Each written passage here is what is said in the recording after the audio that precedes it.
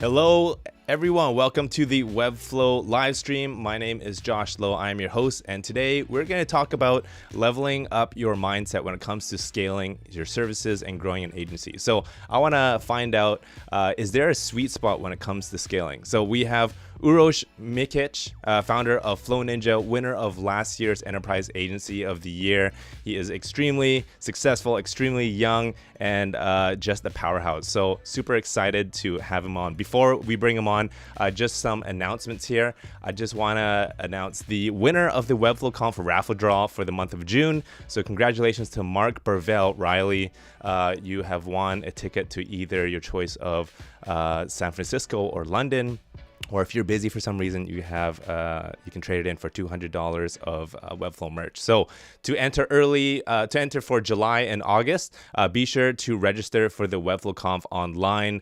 Their link is in the description. So, all right, without further ado, I'm gonna bring on Uros. How's it going? Hello. Thank you so much for the invitation. Yes, it's super excited to have you. So for those who don't know you, maybe you can share a little bit of who you are and what you do, and then we can kick it off from there. Yeah, of course. Thank you. So I started in Webflow in 2016. 5 years ago, we started Flow Ninja, and we're working with some of the biggest enterprise clients like Upwork, Checkout.com, Nursa, and maybe even some football clubs in Serbia that people are probably gonna like.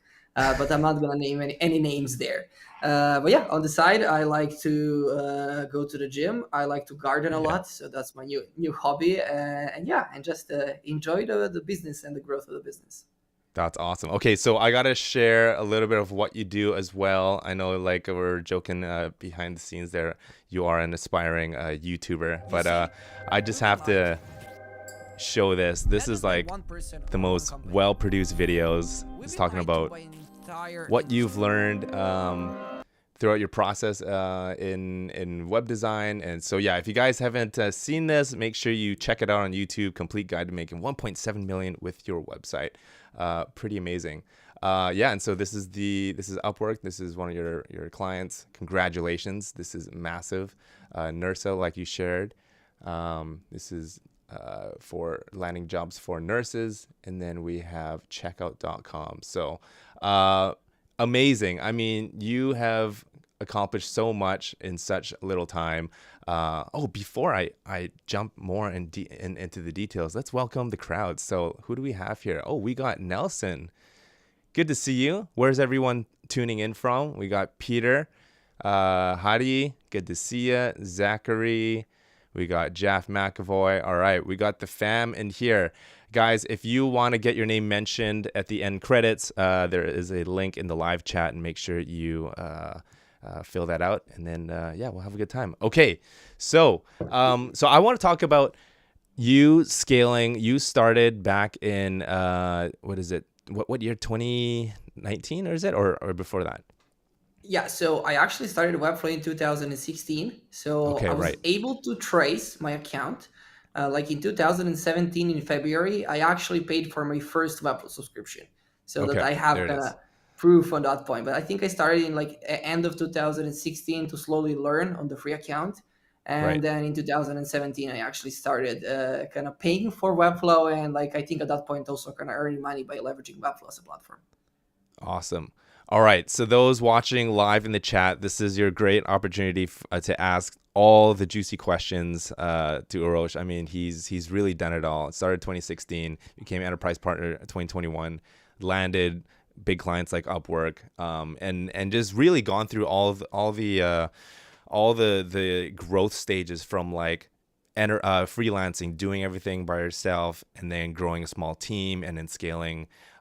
Let's just jump into the slide here. I love this. So this is the OG Flow Ninja team, starting with 5, and this is your brother here on your right, and I've met Kika.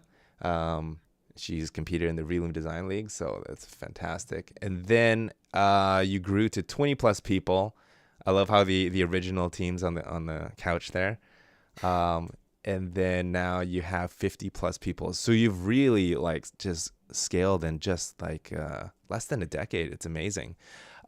So I want to jump into maybe sharing what the motivation, the mindset, and the methodology for each stage to like level up, because there's a different type of mentality when you're just like hustling and you're freelancing, and you're doing everything, and then you start to bring more income, right? And then you start picking up more business skills, and you hire people to then delegate and things like that. So walk me through, I guess, the journey of like starting when you started in 2016, doing everything by yourself. Maybe you can share one story, and then yeah, the mindset and the thinking, and then walk me through like those stages of growth.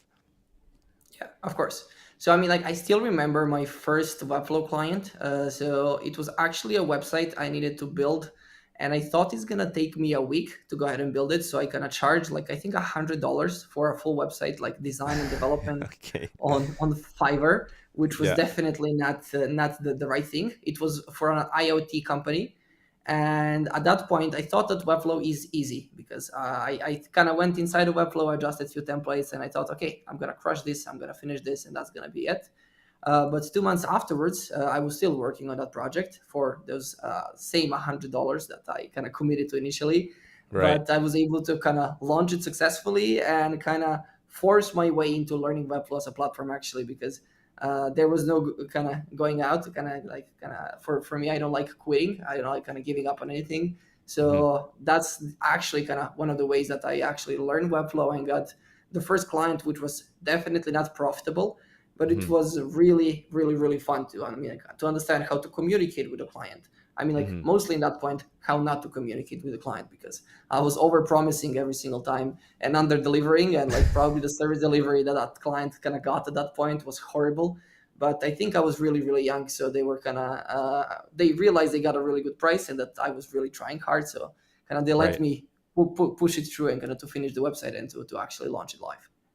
Wow. Yeah, that's amazing. And I also want to share this slide. Maybe we can you can comment a little bit on this. This is basically your revenue growth since 2019, and you guys have just skyrocketed your sales. Um, Yeah, do you want to walk yeah, me of through course. some of these like the special moments these years? Yeah, so I mean, like after that website, like the first website that I actually built, I mean, like I built a lot more, of course. I mean, like I Hmm. started to build kind of bigger and bigger websites and to grow my freelance career because I was doing design and development and like a little bit of kind of marketing consulting at that point because I was just trying to do whatever it takes just to land the client and to kind of provide services. And that led me to first get my first full time job when I was actually I think 17 or something like that. I might get like the years and stuff like Okay. that wrong when I'm telling stories. So just a full transparency at that point. But I got a full time job where I was working on the first kind of like blockchain casino when Hmm. like the ICOs and the crypto and everything like that just started out. I was actually building kind of the design and like Webflow prototypes for blockchain games, kind of in a casino. So that was like blackjack, roulette, and like many of those other games. And I was playing around in Webflow and spending days in and days out to figure out how am I going to make cards be dealt on a table to showcase the prototype to the CEO so that he can approve that and kind of push it to actual production so that developers can make it. That's this one So right I know here. that, yeah, yeah. So it's actually live still. I mean, like the company is not working, I think, at the moment, but like the website it is live. So that was my first full time job for the first 2 years.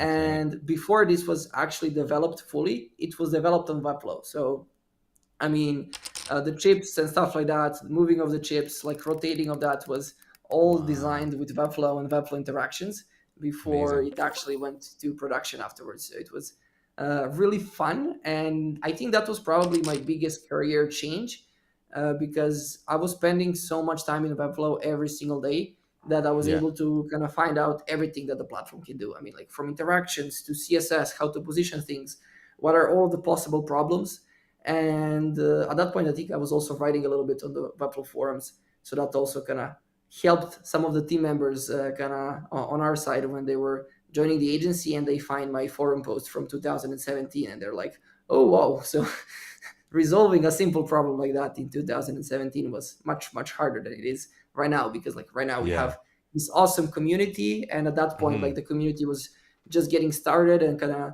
resolving some of the simple problems were kind of like it was a lot harder to resolve those at that point. Got it. Okay.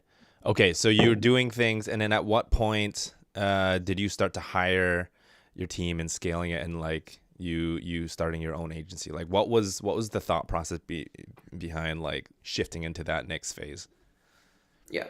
I mean, for me, I think that money was a really good thing that came on the side, but it was never the primary driver. So I mean, I Mm, always wanted to learn, and I never liked being, let's say, somehow bored at work, or like that I'm not feeling that I'm making any progress. And for this specific job, after a year and a half, kind of we built out the whole casino and everything like that.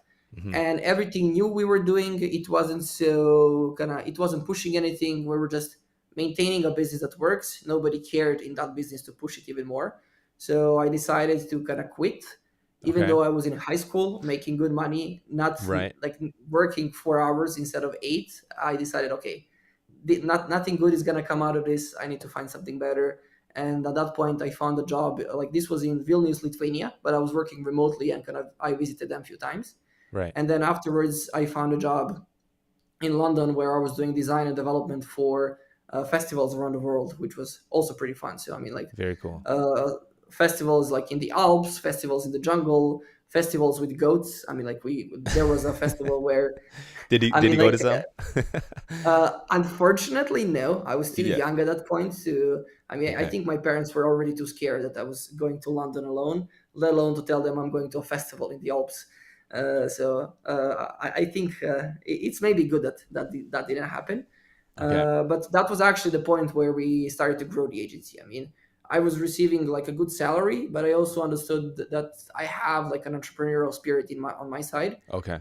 Hmm. So at that point, Kika joined. I started to give part of my salary to her so that she can slowly learn, and we actually started publishing Webflow templates at that point. So we didn't have Okay. enough client work to actually fulfill for anybody working. So my overall idea is let's teach somebody how to do it. Let's pay Hmm. them, and let's produce assets which might produce revenue afterwards. Which at that point, like after like a year, they actually started to produce some good revenue because there was almost no competition on the template marketplace. Like Right. right now, I think the competition is bigger, but at that Yeah. point, we were one of the first vendors to start selling templates on the actual Webflow marketplace itself. Okay. So that was really really fun. I mean, like Kika joined, then my brother started to learn Webflow, but I guess we had a beef where he didn't want to work together, so he was doing freelance at that point. So I was kind of helping him a little bit, and kind of he was doing freelance work. And after like about a few months, one of my best friends from high school also decided to join. So that was Okay. our core team of three people that kind of rounded up the agency, which was being supported with my salary and not actually being profitable, but it was fun. I mean, at that Hmm. point, I was living with my parents, so I did not have any expenses for rent, no expenses for food, and That's a I'm good living. deal. Yeah, I'm living in Serbia, so like the expenses at that point were pretty low. So I was able to just like earn good amount of money, invest it back, and just do the work because it's fun and not actually because I need to get anything out of it. That's amazing. I do want to fast forward. I'm like definitely gonna going Mhm. back and forth in Mhm. the timeline here. Yeah, But your office is amazing. So this is in Serbia, um, and this looks like a rendering, but no, it's not. It's like these are real photos. This is a beautiful office. And when did you guys get this place all set up? yeah. So that was last year actually. So Okay. a fun story with our studio. That's our fifth office space, and like even when you Wow. were rotating through the kind of images, Yeah. we were first in a co-working space, then in another no, one co-working space, another co-working space, then another co-working space, then like we were in an apartment, then afterwards in a house, then in another office space, and this is like our final office space that kind of we went over. Was And this just because like an office this is space the too, previous one. or the co-working? Yeah. Okay. That's our office, the previous office space that we had. Okay. Yeah. That is so And good. the first Yeah. photo, that's actually our first apartment that we ever rented, where Oh, like it's an at that point, like apartment. Wow. yeah, so looking at that point, I mean, like as you wanted to kind of cover the revenue streams. So in the Yeah. first year, we've done like around 50K revenue, and with Right. salaries and stuff like that, I mean, like profits were not kind of pretty big. So Hmm. like that office space was like $350 per month, and I was Wow. scared. Like I was actually scared to commit. to pay for an office space for $350 per month. So that was Wow. actually like remembering back to 2019 versus where we are now, like Hmm. $350 was an abnormal amount of money for me. And I was like, should we do this? Should we sign it? Should we not sign it? And then Right. everybody else was kind of believing in me and into the story. So we were like, okay, yeah, let's sign the lease for $350. We're gonna crush it through. We're gonna make enough money and profits in order to afford that. And it actually kind of, I guess, paid out in the end. That's amazing. So these pictures here are the office spaces that you guys were operating during those years. So 2021 was the house. Okay. That's Yes, lovely. 2022 was actually During one of the COVID. celebrations. Uh-huh. Yeah, and then 2023 was an actual office space as well. Amazing. Okay. Wow, fantastic. All right. So, all right. So basically you just crushing it. Like you when you first started, you just fell in love with Webflow. You I mean as you saw on that casino website, you just figuring out all the skills and ways to just expand your horizons. And then from there, seems like you hit a glass ceiling, and then you joined another company. You went worked for a London-based company for that festival, and then at that point you brought on Kika and then your brother. Shout out to those people who are trying to work for your siblings and it doesn't work out. And so you guys just kind of were starting to navigate through like the team dynamics of working, outside the solopreneur realm. So, and then now after that, what was the next step? And so like again, what was your thinking now that you got Kika with you? Yeah, what was like the thinking behind that? Yeah, of course. So I mean, there were always like business and personal goals. So at that point, my personal goal was to move out of my parents' house Okay, because they didn't let nice. me move out and rent an apartment. So I decided that I need to figure out a way on how am I gonna make enough money to buy an apartment in cash so I can start living alone. So that was my personal motivation. But like on the business side, when people slowly started kind of coming into the business, I realized that everybody wants to work, that everybody's motivated, that I can teach them. But I also realize that kind of with time, they're gonna also need to manage people in order for me to bring up their salaries. So that Mm, if they're not managing people like with the hourly rate we were charging at that point, we could not pay them like abnormal amounts of money, like and maybe the amount of money that I wanted everybody to earn. So I kind of always saw the agency maybe. My goal was like let's do to 50 and never grow to 50 past 50. I mean, like I okay. guess we're gonna grow past that, but at that point, like initially when like we finished the first year, I realized, okay, we can actually make some money out of this. Like Hmm. this can actually be a kind of a good business. I was always maybe working out of being scared at one point. I mean, like Mm, you're always having that anxiety: is something gonna break tomorrow? Like, am I thinking about this? Am I thinking about this? Let me grow this a little bit more, so it's a little bit safer. Let me grow this a little bit more, so it's a little bit safer. So that if one client leaves, that the company is still running. That if one right. employee leaves, that the company is still running. And like that was always on the back of my mind as the agency grew and like as we grew, kind of to like second and third and fourth phases. And Okay. I feel like the key things are like probably every 7 to 10 people is our organization completely changed and like the whole company structure and everything like that completely updated and kind of went Right. through a complete reorganization like at every like 7 to 10 people. Right. Can you walk me through some of the biggest changes when you grow every 7 to 10 people? Yeah. Like what shifts from the tech stack, the management tools, the communication, and like Slack channel etiquette and things like that. Can you high level like walk me through going from the first 7 people and then after more than 10 people? Yeah. So I do believe that, in my personal opinion, nobody can manage more than 7 people. So like, Mm, as you're the founder, you're probably gonna start hiring people, and you're gonna hire maybe up to 7 people, and you're okay. gonna realize that the moment when you come to 10, like you're just gonna be completely busy. You're not gonna have any idea what you're doing, how you're doing it, are you doing it good, is anything happening, and you're slowly gonna need to start letting go, which is probably the scariest thing ever because at that Mm, point, initially, I was doing sales, I was doing marketing, I was helping on the discovery sessions for design, I was giving feedback on the designs, I was helping on the development, I was helping on the QA on wow. development, I was helping on project management. So you're overseeing when a project comes in, every single one of the stages of the project, Right. and also like overseeing finances, overseeing HR, sales, and marketing. So Okay. it's just like the idea of slowly letting go one by one and just Right. figuring out what is the first thing you can actually kind of change and update in Yeah. order to grow a little bit better. And I mean, for us, I think like the first part was project management, where we brought on Tamara. That's actually my brother's wife. So talk about family and kind of working with family in the end. So we kind of slowly started to kind of automate how kind of project management works, and that Okay. we can actually ensure that whatever we tell to our clients, we can deliver to those results.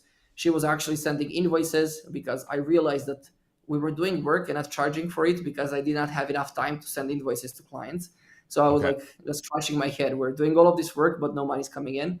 So like we slowly started to operate on that point, and to kind of have some everybody leads their own departments slowly. I mean, like it was not ideal at that Yeah. point, but just getting the finances and project management in order was really really helpful for our agency Yeah. to kind of prepare us for that next phase of growth and to prepare kind of us for actually getting more and more people inside of the studio. Got And it. Okay. like with that, we actually started to hire a lot more. I mean, like we created an academy where we kind of hired 4 Webflow developers straight Right. directly, Okay. and like we worked with them to help them understand how Webflow works, to help them understand how to kind of build websites and to teach them everything. On the design side, we also kind of built an academy where we were slowly teaching people how to do kind of the design side and to slowly kind of start growing the team itself. At when you're doing this, how many people were you? Was it around this phase right now when you're building this like academy, this network? So even before that, so Yeah. I think we are missing one office space Oh, between those two. So like between got that it. and the other one, like we had another office space where we were slowly building up the people and slowly building up kind of our core product.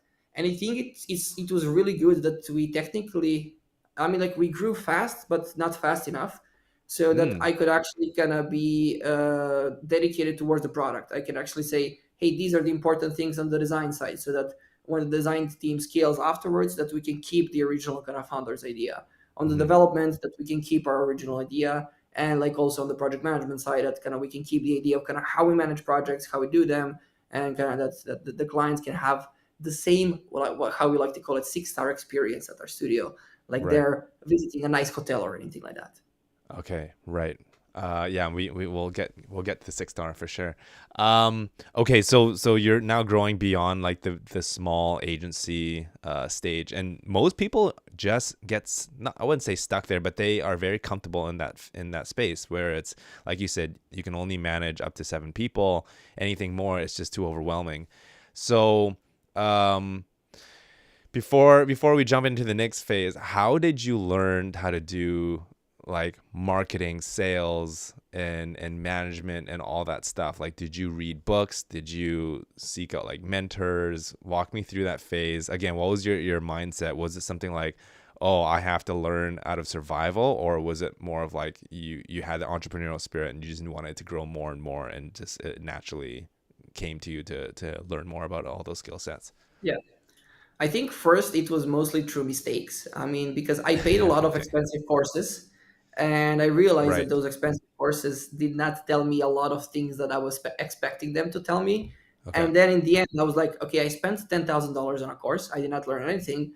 I Mm. better go ahead and kind of sit down and start kind of exploring this to justify me spending this amount of money for something like that. So like it was mostly kind of when I make a mistake and then I kind of sit down and kind of with me and kind of say, how did I let something like this happen? And then I kind of need to kind of slowly learn and learn and learn and learn more. But I think actually, if we see resources, I think books are probably the biggest kind of resource. Then Okay. podcasts were kind of one of the like additional influences on me. And then finally, we onboarded at around I think 2021, end of 2021, something like that, an advisor, which has probably been the biggest game changer kind of in the Okay. studio, as we gave out like 2% equity to an advisor which had like an agency much bigger than us. Like they had around 60 people, and at that Yep. point we were like 15. So I was like, hey, like if I sit down with him, I ask him all the questions, I ask him all the things that I'm going through. He's already gone through that, so like he already kind of scaled the agency to 60. So Okay. I just decided pretty early on that, again, I'm not committed too much about money and maybe equity and stuff like that, but more about learning. So I Hmm. was able to completely free, for free, give away 2% of my company to an advisor who's going to be able to sit down with me Hmm. and listen me rant about problems and about things that he probably thinks are too easy because like he has a bigger business. But getting advice from somebody who has actually been inside of it is also like much easier in the end.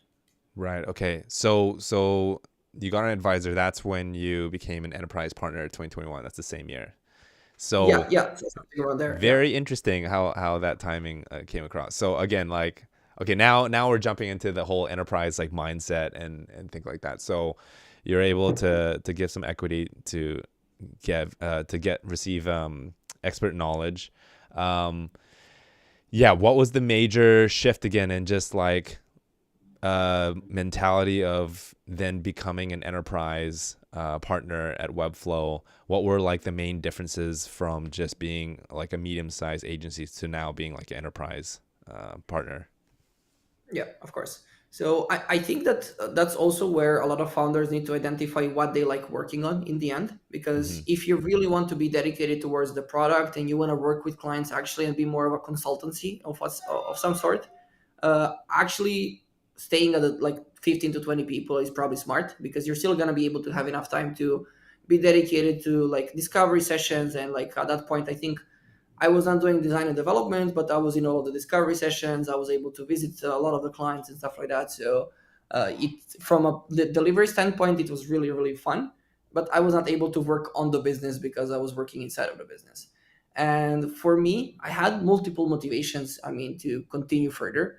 First, to grow the team. I mean, if you're looking at a career path, whoever joins the studio, they're gonna need to have bigger projects, harder projects in order for them to stay with us. Mm-hmm. So one of the motivations was, okay, we need to figure out a way how to grow and how to get better and better projects with time so that we keep our people and that our people are still engaged to work on Webflow and to work on developing websites. Because if we develop the same websites every single time and maybe the same difficulty of websites, people are going to Mm-hmm. become bored. I mean, like after a few years, and they're going to leave. So I wanted, because of that, then I wanted to ensure that we have an organization where people can take time off and where people can live their normal lives in the end. Mm-hmm. Because at that point, at around 20 something people, we were maybe even more profitable than we were at the moment. But everybody was kind of working consistently. Like we were one uniform where like people are working sometimes over weekends, people were working 10-hour days, 12-hour days. So it was Wow. really hard to maintain because the team is still small. And then like if you have two developers sick, it's really Yeah. really hard to go ahead and fulfill that because like you have the development team of 7 people. Like if 2 people leave, that's like 20% of your company is out of work. So Yeah. just because of that, I wanted to create a system which is going to be scalable and where people can actually kind of have some of the benefits that we were promising to our team members, like in the end. So there is that. And on the other side, like for me, I always liked to look at kind of life and business as a game. And like Mm. as soon as it becomes easy, I kind of get a little bit bored. Yeah. So I usually kind of relax for like a few months, and then I realize that I need to kind of make a mistake or anything like that, which is gonna make the game even harder and like make me kind of push the business further. Okay, gotcha. Okay, so I want to ask like what role does like company culture play in Flow Ninja success? Like how do you cultivate the culture to make sure that the team's like capable of handling all the demands of like enterprise projects? I think it's probably one of the biggest, like maybe even differentiators, and like the biggest reason we were able to grow to this number of people is Mm. because we have 95% retention rate. So that means Wow. that Okay. I think one person per year is going to be leaving the company, which is like a really, really low number. And because Mm-hmm. of that, it makes it a lot easier for us to work on systems and to work on making the product better, to work more on sales and marketing, to work more on the customer experience because people are staying and we're like, knock on wood, hopefully never going to be in a situation where we get a project and then somebody quits and then we're like, okay, how the heck are we going to do it? Something like this. Mm-hmm. So it's I've probably been spending the most of my time on the company culture and like just identifying how do we talk to people, how do we review people, how do we retain people, how do we ensure that they're paid fairly, that if we cannot pay them enough, that we can be transparent in why can we pay them enough, and in general, just to create an organization where everybody feels respected and that we're giving our best to create the best possible organization. Mm-hmm. And in the end, a lot more people stayed, and the longer people stay, the better they know the processes, the better they know how to behave with clients, and Mm. in the end, like the better customer experience like is in the end. So I think by having full-time people, and like from day one everybody in the studio is full-time, we have no contractors, everybody's kind of full-time employed, we're able to kind of provide a better service and not to worry about hiring and to worry about how are we gonna like fulfill this next project, but just to worry about sales, marketing, how to get more projects, and how to kind of create a better customer experience in the end. Okay, amazing. Wow. That's great. Okay, for those watching live in the chat, please ask some questions for Uros. I just want to share here a little bit of what your team does today. This is like your breakdown. You got 16 developers, 7 project managers, 5 QA specialists, 3 internal designers, and 3 SEO marketers. So, and then what you guys do is migrate to Webflow. You do Webflow development, web design, SEO, low code, no code development, and web app development as well. Maybe we can walk me through the let's see here, Upwork story, how you landed that job. Okay, yeah. I mean, like it was pretty fun because at that point we were a smaller agency, so that's like that. Our luck plays also like a huge role in that. But like we were a smaller agency, and we started to position our website like through SEO and through everything like that. And like the competition, let's say on Google at that point, was not big enough. Mm-hmm. So Upwork was working with an agency, I think either from US or whatever, and they were doing outsourcing. So they were not actually having a real business model of kind of like actually providing agency services, but more of an outsourcing model. And they just were not satisfied with kind of like their current vendor. They found out about our website, reached out, and they sent us a Figma of kind of, hey, can you take a look at this and send us a quote tomorrow? Oh, And wow. because we didn't have much work to do for that landing page, me and Stefan like that night sat down and developed that landing page. And on the kind of meeting we had with the manager, Utkarsh, actually he's actually at Webflow, I think at the moment he's like senior engineering manager at Webflow actually.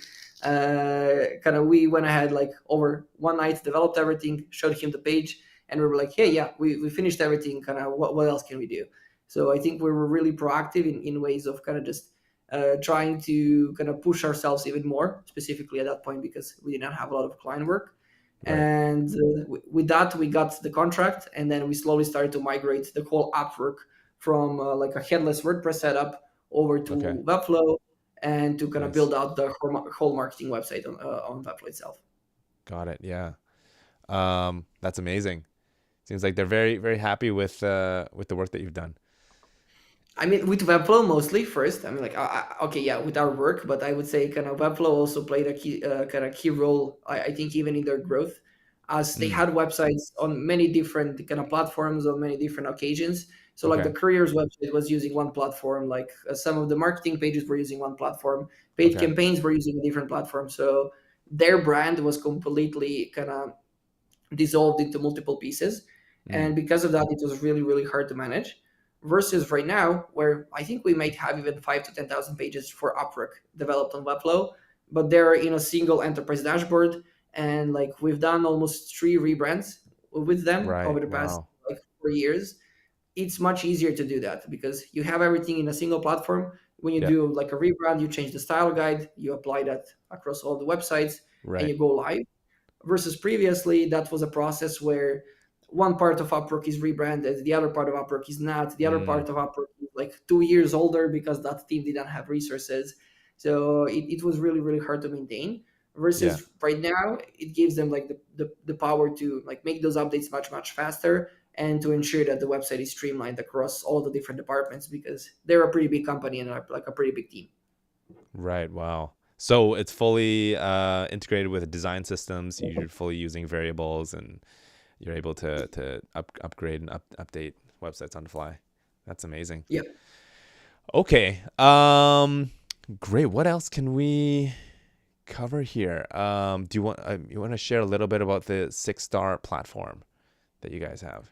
Yeah, sure. So, I mean, that's another use case of maybe that people don't kind of look at Webflow for is Mm, we used Webflow with Densano to go ahead and create a kind of client relations platform, as we identified that a lot of our clients were using different project management solutions, and that's also a problem for many agencies.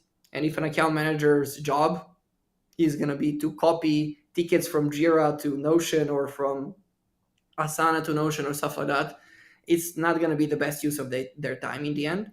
mm-hmm, So we kind of took a step back and thought, okay, what if we create a platform where clients are going to interact with our studio, where we're going to be able to create all of our SOPs with software instead of writing them, so that we can automate our agency even more. mm-hmm, And the result was that kind of we're slowly investing more and more time and more energy inside of the platform and automating our agency. And also on the client side, they're really excited about working with us on the platform itself, because it's like, hey, we're a business which has a platform which you're interacting with.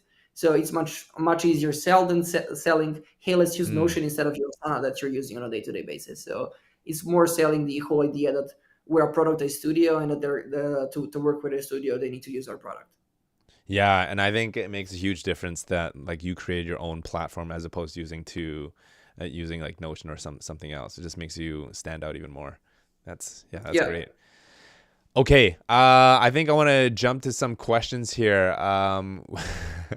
We have we have Ultraplex here saying if there is a position to mop floors, make coffee at Flow Ninja in exchange for knowledge. I'm there. Okay, that's great. All right, we got a sales question. So Peter's asking, how do you master sales? I mean, let's go to this slide here on the growth of revenue. I mean, the rapid growth has got to come somewhere. What's the secret to these numbers, to sales? Yes. So actually, this year, 2024, we're about to hit a million in revenue, like in the first 6 months. So we're gonna Wow. also do a lot more from that perspective. But I think that there's no secrets. I mean, we were closing at one point anything we can close, and we were unprofitable with like a lot of the projects. So that's how we kind of learned like the sales and how much is something gonna cost. Hmm. Because I mean, like people sometimes look at numbers, but sometimes we were giving too good of an offers and not being like we were not profitable on some of those deals.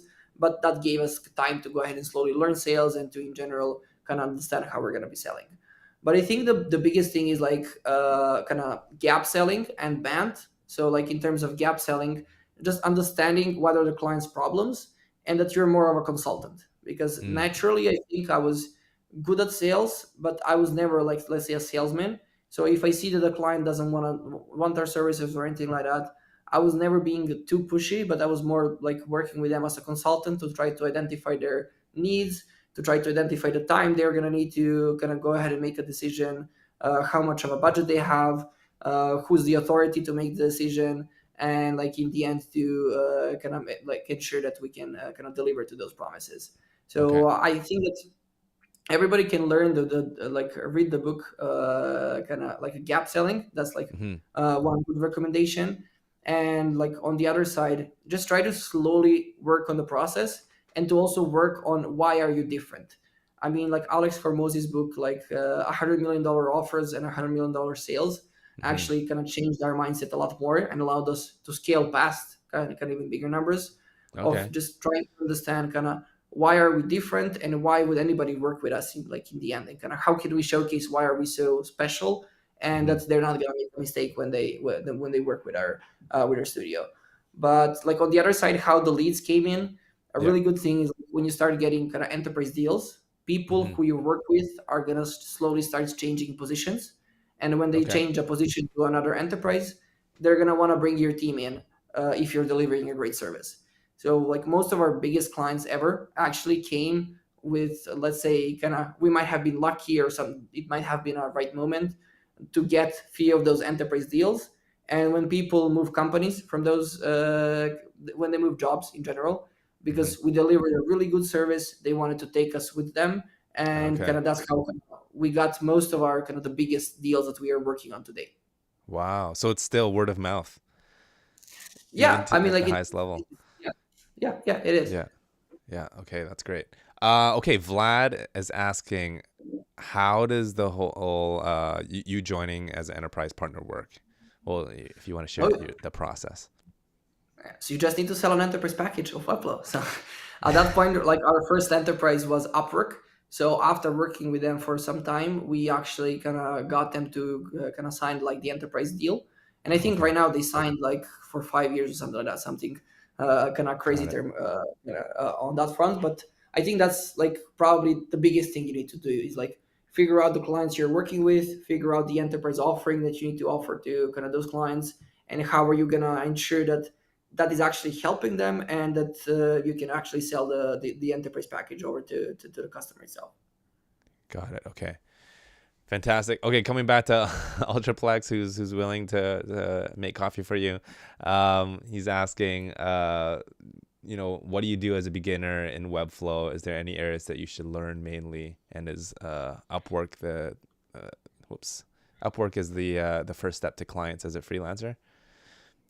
Yeah. So on Yeah. my side, my first portfolio was actually my website on a .com and 5 websites for fake businesses, which I completely designed, developed, and bought Mm, domains for and hosting, so that when clients are looking at my portfolio, they can see, hey, here is his portfolio, and here the website he has done for other companies. And those were usually for my friends. So like one of them was for a fitness trainer. One of them was for it's called Pom Stuff. One of my friends has a dog breeding kind of business. So I created a website for him. So I just wanted to kind of spend as much time as possible in design and development, build websites, build them even for free on like live domains, yeah. and create first portfolio. Hmm. And afterwards, like I used also Upwork at that point to go ahead and get new clients. But I would say sending video proposals. So whenever I Oh, wanted to okay. send a proposal, I was using my phone because Loom was not available at that time. Oh, So I actually wow. had to record me with a phone. It's like, hey Josh, I saw you posted a job on Upwork. I want to work with you. And then I connect my phone to my computer, upload it to YouTube as a listed video, and then send How it good over. is that? That's Kind of, video is yeah. so powerful. Yeah. Just like there's cold calls, there's cold emails, and then there's cold video messages. And I find that like, yeah, that's such a great tactic. I love that. Okay, Keith Armstrong, my man from Flow Sparrow. He's asking, how do you commonly go about getting in front of larger enterprise clients? I mean, we touched a little bit about that, but now, like as you get more clients, what's kind of your strategy? So I think it's understanding like who are your champions, like because the sales process is changing as you get to bigger companies. Initially, when you're talking to smaller companies, you're gonna talk maybe to the CEO, who's gonna be the decision maker. Like if you buy in one person, he's gonna buy and that's it. Right. Versus going to bigger companies, you need to identify the whole buying team. So you might have a Mm, few champions, somebody on the marketing team, somebody on the like design team, maybe even like on the technical side. You need to get them first bought in, then you need to figure out who runs the budget. Maybe it's going to be the financials. So like you need to ensure that they like it as well. And hmm. then like in the end, it might be a CMO or something like that who's going to need to approve on everything in the end. So you're going to need to buy them as well and kind of ensure that they're also aligned with the whole like maybe migration and with the whole budget. So it's about changing the mindset that maybe people who you're talking initially are not going to be the people who are not going to be signing your deal in the end, and Hmm. trying a way to kind of figuring out how are you going to come to people who are actually going to be signing the deal and kind of ensuring that they're bought into the whole decision, because we've made so many mistakes specifically on enterprise deals where we thought that we're going to get somebody to sign. We built free proof of concepts. We've done a lot of free stuff just to realize that maybe the kind of the champion did not even present this to their CMO, and like we were doing all of this kind of for free because like the CMO doesn't want to spend time on that like currently. So it's about changing the thinking behind how you're going to be approaching clients, and also like on the other side how you're going to prove them security. That's going to be Mm. either through contracting, ensuring that you have a really good contract which showcases that Okay. you went through a lot of those cases beforehand so that you can objection handle many of the questions that they're going to have in the end. Okay. That's great. Fantastic. Mihailo is asking, how do you free yourself from the fear of delegation? And then another question is, what softwares do you use to structure your docs and communicate effectively? There's Yeah, two great questions there. question. I mean, Yeah. I really like I read a book, EOS Traction. So it's a really good book on organizing your business with numbers. So every single Oh, one of our okay. department leads has their numbers, like as KPIs that we're going over kind of every single week. So like in order, there's a saying like if you went to a remote island and you cannot talk to anybody, but if somebody gives you a piece of paper with like 10 numbers and you need to identify is your business running well or is it not running well, which Uh-huh. numbers would you track in the end. Oh, So okay. it's like trying to Interesting. identify kind of which numbers you're going to be tracking on a weekly, monthly, quarterly basis. Yeah. And on the other side, you just have to realize that that's going to cost you a lot more than you thought. I mean, in order to train your account management team, you're gonna need to lose clients. Some clients are not gonna be happy with your service, and you're gonna need to be like to understand that that's an investment into their mistakes and like into your business. On the development side, like people are gonna make mistakes. There are gonna be QA problems. Clients are not gonna be happy. Again, Mm-hmm. it's gonna cost you the same on the design, the same on the QA side, and the same everywhere. So it's just about like just accepting that you're gonna lose money before you start making money, which is sometimes kind of hard to do, but it's Right. the only way to do it in the end, I think. Got it. Okay. All right. I think those are all the questions. That was a good answer. Any personal question? What are some books that you've read that like just made the biggest impact for you? The biggest impact in general, I think, like The Man's Search for Meaning. It's a really Oh, good Viktor book. Frankl. Okay. Yeah, so Philosopher. All right. I never thought that I'm gonna go that way, but there's that, like there's The Alchemist. That's also pretty Yes. fun. Great. Because you come to a point of specifically for me when I'm younger where kind of on the financial side you're gonna be fine. I mean, like you don't need an Mm, abnormal amount of money, that should not be the primary driver. And then you kind of like you start being a little bit depressed of like what now, what do I do now, like why is this, like why did I done what's all the of this meaning and of stuff like life, that. right? So yeah, what's the meaning of life and like what's the meaning of everything you're doing. And like you slowly need to start kind of identifying that with yourself and to slowly start figuring out what actually drives you, like Okay. from the inside, and how are you going to get to that goal. Because for the Mm, longest time I think my thinking was just to finish this year with X amount of money and like I'm going to be fine, just to finish this year with X amount of money and I'm going to be fine. And then I stopped and realized, like this is going to run for the rest of your life. You're going to either run this business or another business, or you're going to be in a job or whatever, which might be right. hard and it's going to last until the end of your life. And Mm-hmm. like if you don't have fun with it, you're just going to turn around and figure out that everything just kind of passed and that you did not enjoy any of those moments. So I Right. think those two books were kind of like really impactful.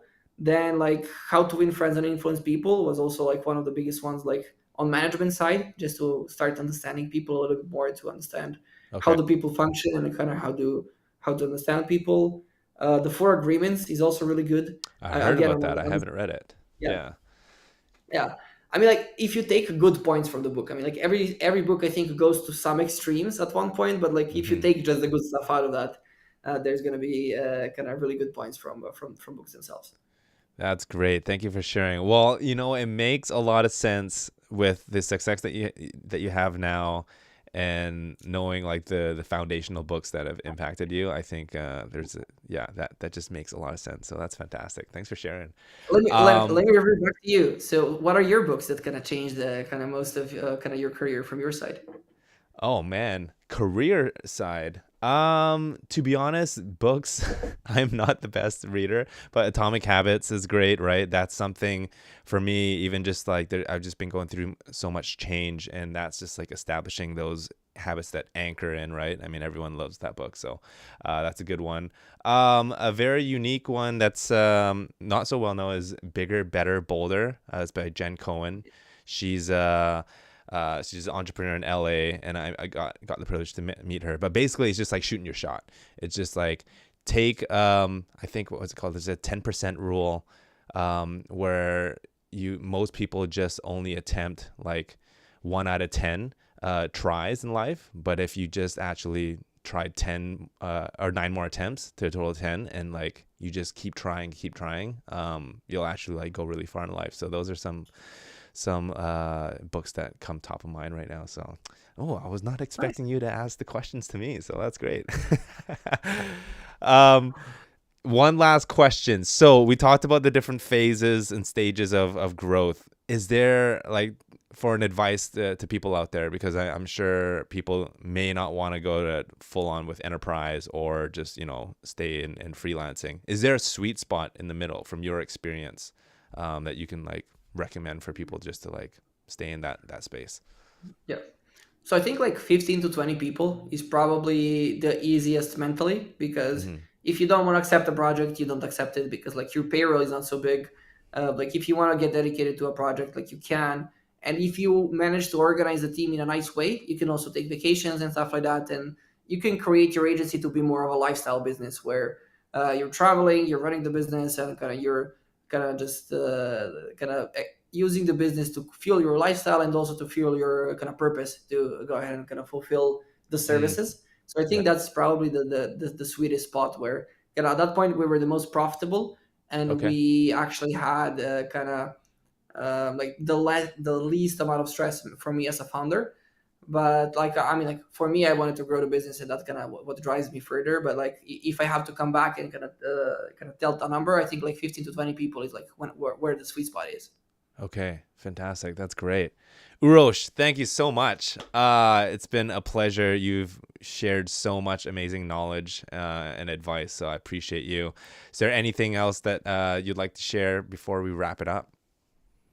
Yeah, if anybody has any questions, feel free to shoot me a message on LinkedIn. I'll be more than happy to answer.